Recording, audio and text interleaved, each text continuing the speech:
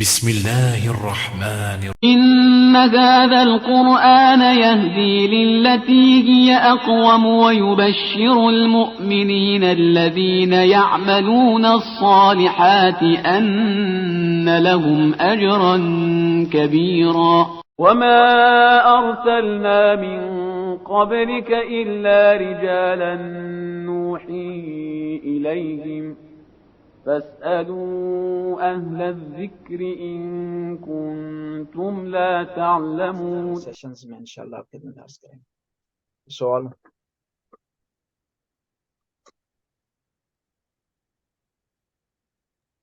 جی قبلہ، پھر میں ایک سوال کر لیتا ہوں، اسی درس سے آپ کے ریلیٹڈ ہے. یہ آپ نے جو بات کی بہت خوبصورت بات ہے کہ مطلب میانہ روی سے چلنا چاہیے اور دین اور دنیا دونوں کو لے کے چلنا چاہیے، اور اسی میں ہی میرے خیال ہے امتحان بھی ہے، مشکل بھی کافی ہے. لیکن ابھی ہم کچھ یہ بھی دیکھتے ہیں، مطلب جو ہمارے ہی علماء ہیں تبلیغ کرتے ہیں، ظاہر ہے دین کی طرف کھینچتے ہیں، وہ خاص سے مطلب ان کے جب آپ سنیں تو خاص سخت ان کے وہ ہوتے ہیں، مطلب کہ ایسے ایسے ایسے سنا چاہیے. وہ بالکل مطلب ایک طرح سے آپ کو لگتا ہے کہ آپ کو سب کچھ چھوڑ کر جو ہے وہ ایک درویشی والی سائڈ پہ جو ہے وہ بندہ چلا جائے سب کچھ چھوڑ کے. تو وہ بہت مشکل لگتا ہے اگر آپ سنیں بھی نا ان باتوں کو. تو آپ کہیں کس طرح امام زمان علیہ السلام کی جس طرح کہتے ہیں کہ اس کے لیے آپ کو تیار کرنا اپنے آپ کو، وہ خاصی مطلب کڑی شرائط ہوتی ہیں، اور وہ بندہ سن کے نا تھوڑا سوچتا ہے کہ یار میں تو اس کے بالکل قریب بھی نہیں ہوں. ذرا ہم لوگ تو ایک عام انسان ہے جو اس چل رہے ہیں. تو اس میں آپ کس طرح مطلب اس تناظر میں دیکھتے ہیں کہ ظاہر ہے کہ ہم سب کو ایک مقصد کے لیے تیار بھی ہونا ہے، اس کے لیے اپنے آپ کو تیار بھی رکھنا ہے. جی جی جی ذرا یہ اس کے بارے میں جی آپ نے صحیح بڑا اچھا سوال کیا. قرآن میں ہمارے نبی کو جو لقب دیے بشیروں و نذیرہ، خوشخبری دینے والا اور ڈرانے والا، یعنی صرف خالی خوشخبری بھی صحیح نہیں ہے، خالی ڈرانا بھی صحیح نہیں، درمیانہ راستہ جو ہے وہ اپنانا چاہیے تاکہ جو ہے معاملہ حل ہو جائے، تاکہ جو ہے وہ اچھائی کی طرف انسان حوصلہ اس کو بڑے مایوس نہ ہو جائے، اور یوں نہ کہے کہ میں تو ایسا کر نہیں سکتا ہوں، لہٰذا ہی کام ہو ہی نہیں سکتا، لہٰذا ہی کرنا ہی نہیں چاہیے. ہمیشہ کہتے ہیں نا، جب آپ کسی کو بہت بھاری پتھر دکھاتے ہیں گویا اس کا مطلب ہے کہ آپ اسے کہہ رہے ہیں کہ تم اٹھا نہیں سکتے اور تمہیں اس کے نزدیک بھی نہیں جانا چاہیے. اور یہ بھی ایک اور مثال دی جاتی ہے، کہتے ہیں کہ ایک آدمی جو آپ کو مارنا چاہتا ہے پتھر نا، اگر بہت بڑا پتھر اٹھا دیے اس کا مطلب ہے صرف ڈرا رہا ہے، مار نہیں رہا ہو. تو آپ کو تقریر میں خطابت میں ایسی طرف لوگوں کو راغب کرنا چاہیے جو عملی طور پر لوگوں کے لیے ممکن ہو. جو ناممکن چیز کی طرف راغب کرنا یا اس کی ترغیب دینا یہ مناسب نہیں ہے، محال نہیں ہے. البتہ یہ بھی دیکھنا ہے کہ جو سامنے بیٹھا ہوا ہے، جو ان کے مخاطبین ہیں، وہ کس کنڈیشنز کے ہیں. لیکن عام جنرل حالت میں ہمیں جو ہے وہ تھوڑا سا وہ کیا کہتے ہیں ہاتھ ہولا رکھنا چاہیے، کہ تھوڑا پیار سے محبت سے اور لوگوں کو راغب کرنا چاہیے. جہاں ہم دوزخ سے ڈرا رہے ہیں تو وہاں جنت کی بشارت بھی ہونی چاہیے. جہاں دوزخ کی سختی بیان ہو رہی ہے وہاں پر جنت کی نعمت کا تذکرہ بھی ہونا چاہیے، تاکہ درمیانہ معاملہ رہے اور لوگ جو ہے وہ اس طرف راغب ہوں. کہتے ہیں نا، ہمیشہ کسی کو موٹیویٹ کرنے کے لیے سزا بھی ہوتی ہے، ساتھ انعام بھی ہوتا ہے. اگر آپ جو ہے وہ صرف سزا کا بیان کر دیں اور انعام کا بیان نہ کریں تو بعض اوقات لوگ جو ہے وہ مایوس ہو جاتے ہیں، اور اہل بیت نے کبھی کسی کو مایوس نہیں کیا. ایک شخص آیا امام جعفر صادق علیہ السلام کی خدمت میں، آ کر کہنے لگا کہ میرا ایک دوست ہے وہ روزے نہیں رکھ رہا. تو امام نے پوچھا کیوں؟ کہنے لگا کہ میں کربلا میں تھا، میں نے اہل بیت پر ظلم کیا، اب روزے رکھوں یا نہ رکھوں کوئی فائدہ نہیں ہے. امام نے ارشاد فرمایا کہ خدا کی رحمت سے مایوس ہونا کربلا میں ظلم کرنے سے بڑا ظلم ہے، بڑا گناہ ہے. یعنی دیکھیں امام نے مایوس نہیں کیا. ایک اور شخص امام کی خدمت میں حاضر ہوا، کہا کہ میں نے آپ کے آباء و اجداد پر کربلا میں ظلم کیا، مجھے کوئی وظیفہ بتائیں تاکہ میری معافی ہو جائے. دیکھیں نا، ہم اس کی جگہ ہوتے تو اسے ٹھکرا دیتے، اسے واپس بھیج دیتے، ڈرا دیتے کہ تمہاری بخشش نہیں تمہاری. امام نے فرمایا کہ تو نماز مغرب اور عشاء کے درمیان نماز غفیلہ پڑھا کر، تیری بخشش ہو جائے گی. امام نے وظیفہ اسے بتا دیا لیکن اسے توفیق حاصل نہیں ہوئی. بہت زیادہ کوشش کرنے کے باوجود وہ زندگی کے آخر تک نماز غفیلہ نہیں پڑھ سکا. مغرب پڑھتا تھا ٹھیک، عشاء پڑھتا ٹھیک، لیکن غفیلہ کے لیے کھڑا ہوتا تو اس کا وضو ہی باقی نہیں رہتا. یعنی دیکھیں نا، ائمہ نے اس کے باوجود بھی مایوس کسی کو نہیں کیا. تو آپ ایسی تقریر نہ کریں، ایسے پوائنٹ نہ اٹھائیں جس سے لوگ جو ہے مایوس ہو جائیں، بلکہ ایسی باتیں کریں جس سے رغبت لوگوں میں پیدا ہو. اور کھلی چھٹی دینے بھی صحیح نہیں ہے کہ انسان ٹوٹلی کہہ دے کہ بھائی جو کرتے پھرو کوئی مسئلہ نہیں ہے، خدا غفور الرحیم ہے، معاف کرنے والا ہے، بخشنے والا ہے. ہمارے ایک استاد تھے، وہ بڑا پیارا جواب دیتے تھے اس کا، کہ انہوں نے کہا کہ ٹھیک ہے خدا معاف کرنے والا ہے، بخشنے والا ہے، رحمان ہے، رحیم ہے، لیکن اس کی رحمت کو حاصل کرنے کے لیے کوئی طریقہ تو ہونا چاہیے نا. وہ اسی طرح ہے کہ کسی آدمی کو آپ کہیں کوئی کام کرو، کوئی محنت کو کہے کہ نہیں بینکیں بھری ہوئی ہیں، مجھے کام کی کیا ضرورت ہے. کہنے والا کہے گا بینکیں بھری ہوئی ہیں، لیکن ان لوگوں کے لیے جو محنت کرتے ہیں، جو اسٹرگل کرتے ہیں، جو اس بینک کو سے پیسے نکالنا جو ہے وہ جانتے ہیں، کام کر کے، محنت کر کے. جی بہت شکریہ، جزاک اللہ. جی جی، اور کوئی سوال ہے؟ آج آسم ہے وہ. جی جی جی، آسم بیٹھے سوال کر. جی السلام علیکم. جی سب سے پہلے تو یہ کہ بہت زبردست جو ہے مطلب وہ بہت اچھا جو ہے وہ اس کے اندر سبق ہے کہ کس طرح ہم نے بات کرنی ہے، چیزیں آتی ہیں. ابھی ایک عام فہم سی بات کر لیتے ہیں جو کہ ابھی تھوڑے سے پہلے ہوئی تھی. ویسے تو ایک وہ شخص گلوکار ہے، لیکن اس کے بارے میں ایک ایسی افواہ بڑی مطلب چلی تھی کہ وہ جو ہے وہ ہم جنس پرست ہے. ٹھیک ہے، اور اس نے بعد میں کہا بھی کہ نہیں ایسا نہیں ہے، اور اس نے غالباً شادی بھی کر دی، اس طرح کی بھی ہو گیا. تو لوگ اس طرح بہت زیادہ کرتے ہیں، تو یہ بہت ہی ضروری چیز ہے، اور عام دیکھنے میں ملتی ہے ہمارے معاشرے میں. یہ چیز بہت زیادہ ہے کہ کوئی چیز ہم اس کو نہیں کرتے، اس کو جو ہے وہ ہم اس کی تصدیق نہیں کرتے اور آج سے آگے پھیلا دیتے ہیں. تو سوال ایک تو یہ کہ اس کے اندر یہ تو چلیں ایک چھوٹی سی چیز ہوگی. اب جو بڑے اس میں معاملات ہوتے ہیں اس کے اندر آپ کو پتہ ہے کہ وہ جو توہین رسالت والے چکر آ جاتے ہیں ہمارے، تو اس کے اندر کسی کو کر کے کسی کا قتل بھی ہو جاتا ہے، کبھی کچھ بھی ہو جاتا ہے، تو لوگوں کو ظلم کر جاتے ہیں بہت بڑے. اب جیسے پورے پورے گاؤں ہمارے یہاں جلے ہیں کہ ہمارے عیسائی جو بہن بھائی جو ہمارے ملک کے جو لوگ ہیں. تو اس معاملے میں سب سے پہلے تو یہ کہ اس کو روکنے کے لیے کہ ایسی چیز نہ، پر آپ نے کچھ چیزیں بتائی گئیں، تو کوئی اور چیزیں ایسی بتائی گئی کہ کوئی تصدیق کرنا ہو، کچھ رکنا ہو، کوئی صبر کرنے کا بتایا، کوئی مطلب اس طرح کا ایک پورا نسخہ بتایا ہے کوئی حدیث میں کہ بھائی آپ ایسا ہے تو ایسا ایسا ایسا کریں تاکہ آپ اس سے بچ سکیں اور آپ اس میں جال میں نہ پھنسیں؟ جی جی، کہتے ہیں نا سب سے پہلے کہ آپ نے تحقیق کرنی ہے کہ فلاں آدمی پر جو تہمت لگی ہے وہ صحیح ہے صحیح نہیں. اور پھر دوسرا دیکھنا ہے کہ اگر فرض کریں اس پر تہمت ثابت بھی ہوتی ہے، آپ کا اس سے کوئی تعلق نہیں ہے، لین دین نہیں، آپ کو اس سے کوئی نقصان نہیں پہنچ رہا، تو آپ کا واسطہ ہی نہیں ہے اس سے جو ہے وہ آپ اس بیچارے کی بات کو چھالیں یا اس کو ایڈورٹائزمنٹ کریں یا اس کے خلاف پروپیگنڈا کریں. پھر یہ ہے کہ کہتے ہیں اگر حتیٰ جو ہے ثابت بھی ہو جائے تو آپ دیکھ رہے ہیں کہ مومن سے متعلق ایک چیز ثابت ہوگی، اس نے فلاں گناہ کی، کہتے ہیں اس کی 70 توجیہیں کریں آپ کہ اس نے اس وجہ سے کیا ہوگا، غلطی ہوگی، میں نے غلط سنا ہوگا، اس کا یہ مطلب ہوگا، اس کی یہ مراد ہوگی، اور وہ غلطی سے چلا گیا ہوگا فلان جگہ پر. یہ ساری توجیہ کرنے کے بعد بھی اگر مومن کو اپنی جو ہے وہ غلط فہمی سے یا سوء ظن سے، بدگمانی سے بچا نہ سکیں تو اپنے آپ کو ملامت کریں کہ میں کتنا بدبخت ہوں کہ ایک مومن جو ہے میری بدگمانی سے بچ نہیں سکا. اور ایک اور چیز ہے، دیکھیں نا دنیا میں سارے لوگ گناہ کرتے ہیں، کوئی بھی معصوم نہیں، لیکن دیکھنا یہ ہے کہ آپ جو ہے ان کی غیبت کر کے ان کے گناہوں کو اپنے کھاتے میں کیوں لکھ رہے ہیں، اپنے ذمہ کیوں لے رہے ہیں، مفت کا گناہ اپنے کھاتے میں لکھ رہے ہیں. اس نے گناہ کی ہے، اس نے غلطی کی ہے، اس نے جو ہے مسٹیک کی ہے، اس نے خدا کی نافرمانی کی ہے، وہ جانے اس کا خدا جانے. مجھے حق نہیں پہنچتا کہ میں اس کو اچھالوں، اس کو لوگوں کے سامنے بیان کروں، تاکہ جہاں جہاں اس کے گناہ میں جو ہے وہ لکھا جائے گا وہاں ساتھ ساتھ میرا بھی لکھا جائے کہ یہ بونس لے رہا ہے مفت میں. جی تو دنیاوی معاملے میں ہم کبھی ایسا نہیں کرتے کسی اور کے نقصان میں ہم شریک ہو جائیں خواہ مخواہ، اور جا کر سکے تجھے نقصان ہو گیا لہذا 1,00,000 کروڑ جو میں اس طرح سے دوں گا گویا مجھے نقصان ہو. کبھی ایسا نہیں کرتے، لیکن دینی حوالے سے بعض اوقات غیبت کر کے، تہمت لگا کر کے، بدگمانی سے دوسروں کے گناہوں میں ہم شریک ہو جاتے.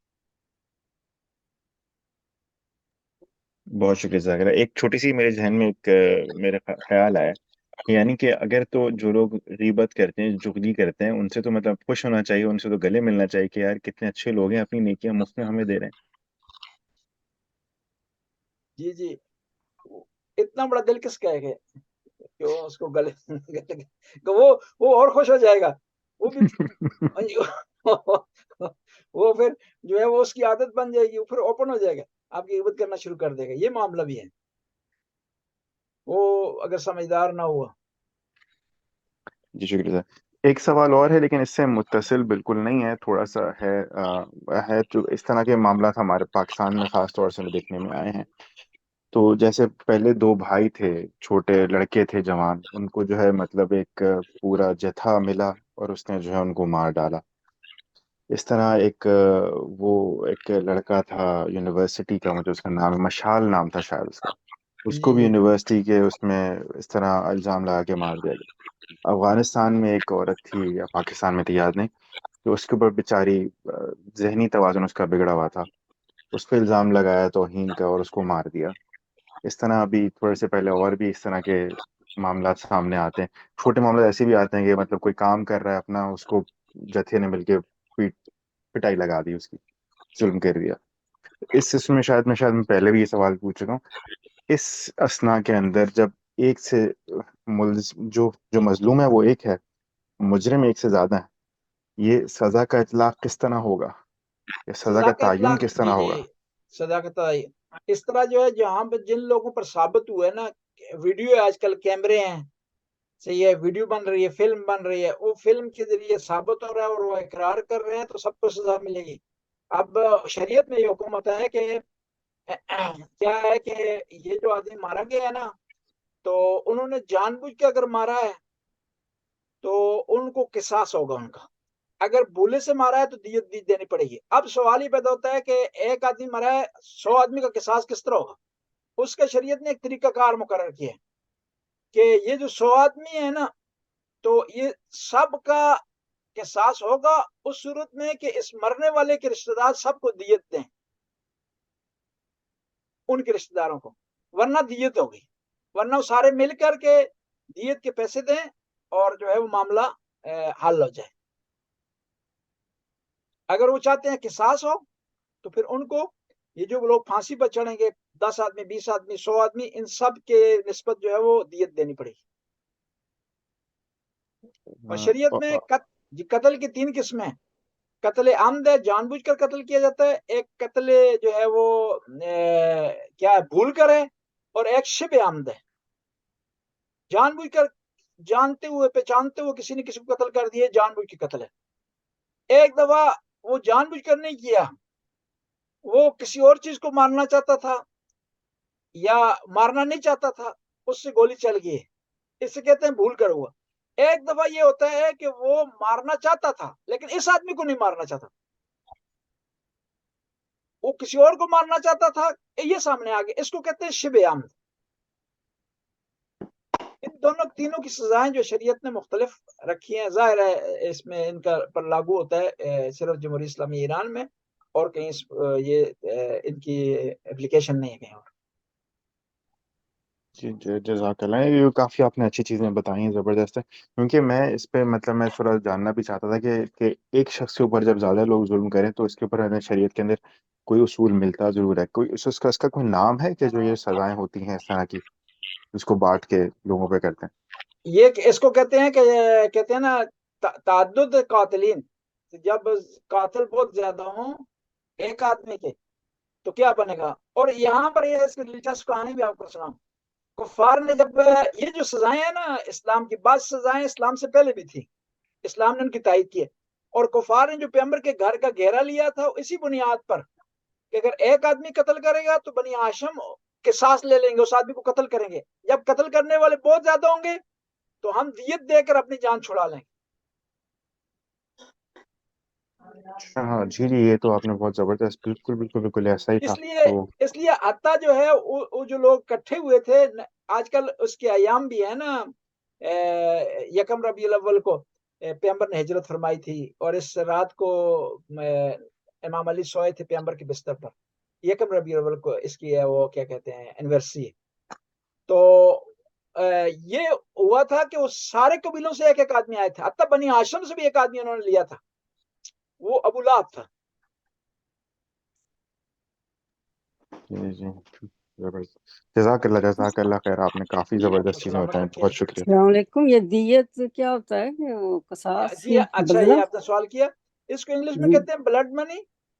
یہ جو آدمی کسی کا قتل ہو جاتا ہے تو جو قاتل ہوتا ہے وہ قتل کرنے والے کو اگر غلطی سے قتل کر دے تو اب یہ قاتل کو پھانسی کی سزا نہیں ہوگی، قصاص نہیں ہوگا، بلکہ اس کو یہ دے گا پیسے، بلڈ منی دے گا اس آدمی کی نسبت جو کہ فوت ہو گیا، قتل ہو گیا. اس بلڈ منی کو دیت کہا جاتا ہے. معاوضہ رقم ہو گئی نا پھر. معاوضہ ایک پیارا لفظ آپ نے استعمال کیا، رقم، ہاں، معاوضہ. ایک اس کا جی جی، مطلب قتل کے عوض عوض اس کے وارثوں کو اس کے وارثوں کو ملے گا. وارثوں میں جو اسی طرح تقسیم ہوگی جس طرح وراثت کی تقسیم ہوتی ہے. اگر وہ نہ مانے کہ ہم نے دیت نہیں لینی تو پھر اس کو اگر وہ بیچارے نے بھول کر کیا، جان بوجھ کر کے، پھر تو دیت ان کو لینی پڑے گی. لیکن اگر جان بوجھ کے نہیں کیا انہوں نے، اس نے جان بوجھ کر کیا ہے، تو پھر وارث اگر دیت نہیں لے رہے تو پھر قصاص ہوگا اس کا. یہ ضروری نہیں ہے کہ وہ دیت قبول کر لیں. جی جی، کوئی دیت قبول ہی نہیں کرتے کہہ دیتا ہے ہم پھر دیت کر لیتے ہیں، اسے ہوتا ہے. لیکن اگر اس نے بھول کر قتل کیا، جان بوجھ کر نہیں کیا، تو پھر ان کو قصاص نہیں کر سکتے، دیت لینی پڑے گی. وہ اصل میں اسلام نے ایک طریقہ کار رکھا ہے نا کہ ایک آدمی دنیا سے چلا گیا، وہ بچوں کے لیے کما کر لاتا تھا، اس کمائی کا ذریعہ تھا، اب وہ دنیا سے چل بسا ہے، تو اب اس کے بچوں کے لیے بھی انتظام ہونا چاہیے. اور دوسرا یہ کہ معاشرے کو پتہ چلے کہ آئندہ اگر ایسا کوئی کام کریں گے تو ان کو جرمانہ دینے کا پڑے گا، پیمنٹ دینی پڑے گی. تھوڑا خیال رکھیں، اپنے آپ کو کنٹرول رکھیں. یعنی دو اس اسلام کے کا پہلو ہیں. نظام بہت خوبصورت ہے. یہ دو پہلو ہیں. ایک پہلو اس کا یہ ہے کہ جو معاشرے میں نقصان ہوا اس کی کمپنسیشن کس طرح ہو. دوسرا یہ ہے کہ آئندہ اس قسم کے جرم کو روکنے کے لیے کیا طریقہ کار ہونا چاہیے. ماشاءاللہ، جزاک اللہ جی، بہت اچھا بتایا آپ نے. جی میرے خاص سوال، کوئی اور سوال ہے؟ اللہم صلی علی محمد. اگر کسی جی ایک بسم اللہ. سوال تو معذرت، اگر کسی اور کو پوچھنا تو پہلے پوچھیں، ورنہ پھر میں. جی جی جی، کوئی اور نہیں، آپ پوچھ لیں. تو مجھے ایک سوال اور ہے دیت اور قصاص کے، اس کے اندر نا، تو یہ بھی تھوڑا سا ہم مطلب اس کو بھی برے طریقے سے اس کا استعمال ہوتا ہے معاشرے کے اندر. ہم کم از کم پاکستان میں، مجھے اور ملکوں کا نہیں پتا. جیسے شاہ زیب کا ہوا تھا. شاہ زیب ایک کراچی کا لڑکا تھا، اس کو ایک سمجھ لیں ایک وڈیرے کا بیٹا تھا، اس نے قتل کر دیا تھا. ٹھیک ہے، اور جیسے کر دیا تھا، وہ کافی مشہور واقعہ تھا. تو اس کے اندر سوال میرا یہ، ایک تو ہو گیا اس کے گھر والے، اس کے والدین، بھائی بہن، ٹھیک ہے، ان کو دیت ملے گی. تو خاندان ہو گیا جن کا اپنا نقصان ہوا. دوسری چیز جو ہوئی ہے معاشرے کا نقصان، جو خوف و ہراس پھیلا اور پاکستان میں بے امنی ہوئی، جیسے سب لوگوں کا جو ہے اعتبار اٹھ گیا کہ بھائی ہمارا جو ہے سسٹم کام نہیں کرتا. تو اس اسنا کے اندر یہ دوسرا ہے. تیسرا پہلو پھر یہ کہ جو ریاست کی قوت ہے، اس کا بھی کیا حق بنتا ہے کہ وہ اپنی طرف سے بھی سزا دے. گویا کہ اگر خاندان معاف بھی کر دے یا خاندان کو ڈرا دھمکا دیں، کیا ریاست بھی یہ حق رکھتی ہے کہ وہ اپنا کہے کہ نہیں، بے شک کہ آپ نے یہ کر دیا، لیکن ہم آپ نے دوسرے لوگوں پر نقصان کیا تو آپ کے اوپر سزا لاگو ہوگی کیونکہ اپنے معاشرے کو خرابی پیدا کی. وہ پھر آ جائے گا ظاہری حکم، اور حالات کی مناسبت سے حکم میں تبدیلی، و شریعت نے اجازت دی ہے آپ کو. اس میں جو اگر اس پہ دفعات لگا دی جائیں دہشت گردی کی، تو ظاہر ہے پھر اس پہ ایکسٹرا جو ہے وہ اس پر چارجز ہوں گے اور ایکسٹرا اس کو سزا ملے گی. یہ آپ نے صحیح اچھی مثال دی شاہ زیب کی. اس کے علاوہ ایک اور مثال بھی ہے، ریمنڈ ڈیوس تھا، کیا نام اس کا، ڈیوٹ، اس کی مثال ڈیوس، دی ہے، جی جس نے ریم ڈیوس. پاکستان کے انٹیلیجنس کے 2 آدمی مارے تھے، اور اتفاق سے وہ دونوں تھے بھی، میرے خیال میں ناموں سے پتہ چل رہا تھا کہ وہ اہل بیت کو ماننے والے تھے. تو وہ آخر میں اس کو جو ہے وہ دیت کے معاملے پر جو ہے وہ رفع دفع کر دیے تھے. جی تو ٹھیک، بالکل. تو اس کے اندر یہ مطلب اجازت ہے کہ مطلب قانون کو جو ہے وہ جی کیا وہ اس جائے میں کہ نہیں، اگر وہ سختی اور نرمی جو ہے وہ کر سکتے ہیں اپنے زمانے کے مطابق. اگر اسلامی حکومت ہوگی تو مجتہد کے مرضی کے مطابق کریں گے، ویسے اگر اسلامی حکومت نہیں ہے تو اپنے حالات کے مطابق اس میں چینجز جو ہے وہ لا سکتے ہیں. اور پھر ایک اور چیز ہے، اس میں پھر ایک اور دفعہ بھی لگ سکتی ہے اسلامی نقطہ نظر سے. کہ ایک دفعہ قتل ہوتا ہے، ایک دفعہ محاربہ ہوتا ہے. محاربہ یہ کہتے ہیں کہ ایک آدمی نے قتل بھی کیا لیکن خوف راز ساتھ پھیلایا، اس کی سزا سخت ہے اس سے محاربہ کی. کہ ایک آدمی نے ڈاکہ ڈالا اور لوگوں کو ڈرایا، قتل بھی کر دیے اور تھوڑا ڈرایا بھی، اس کی سزائیں اس سے زیادہ سخت ہے، اس جو ہے وہ قصاص سے بھی زیادہ سخت. بہت شکریہ، جزاک اللہ خیر. اللہم صلی علی محمد وآل محمد. یا علیم یا علیم یا غفور یا رحیم. خدا اس کلیل سی عبادت قبول و منظور فرما، ہمارے گناہوں سے درگزر فرما، نیک کام کرنے کی توفیق عطا فرما، برائیوں سے بچنے کی توفیق عطا فرما. یا اللہ ہماری آئندہ نسلوں کو دین اسلام پر چلنے کی توفیق عطا فرما، آل بیت کا محب بنا. یا اللہ جو ہمارے سینوں میں آل بیت کی محبت ہے، یا اللہ اس کو اپنی نسلوں تک پہنچا سکیں. یا اللہ ہمارے سینوں میں جو آل بیت علیہ السلام کی عزاداری کا جذبہ ہے اسے آئندہ نسلوں تک پہنچا سکیں، ہماری آئندہ نسلوں کو محفوظ فرما. یا اللہ حاضرین کی توفیقات میں اضافہ فرما، رزق میں وسعت عطا فرما، اولاد کو نیک اور صالح بنا. یا اللہ جو مریض ہیں شفا کاملہ و عاجلہ عطا فرما، تنگ دستوں کی تنگ دستی کو برطرف فرما، بے روزگار افراد کو بعزت روزگار عطا فرما، مقروضوں کا قرض غیب کے خزانے سے عطا فرما، زمانے کے امام کے ظہور میں تعجیل فرما، ہمیں امام کے انصار میں سے قرار دے. یا اللہ جو لوگ بھی دین کی خدمت کر رہے ہیں کسی لباس میں بھی کسی انداز میں بھی، یا اللہ ان کی توفیقات میں اضافہ فرما. یا اللہ ان کی خدمت کو نتیجہ خیز بنا. ربنا آتنا فی الدنیا حسنہ وفی الآخرۃ حسنہ وقنا عذاب النار. آخر میں اپنے مرحومین مرحومات کے لیے الفاتحہ مع اخلاص سے والصلوات. اللہم صلی علی محمد. بسم اللہ الرحمن الرحیم. الحمد للہ رب العالمین الرحمن الرحیم مالک یوم الدین ایاک نعبد و ایاک نستعین اهدنا الصراط المستقیم صراط الذین انعمت علیہم غیر المغضوب علیہم ولا الضالین. بسم اللہ الرحمن الرحیم. قل هو اللہ احد اللہ الصمد لم یلد ولم یولد ولم یکن له کفوا احد. اللہم صلی علی محمد. ٹھیک ہے انشاءاللہ نیکسٹ کو ملیں گے. خدا حافظ. دعا میں یاد رکھیں. جزاک اللہ. جزاک اللہ جی. خدا حافظ. اللہ حافظ.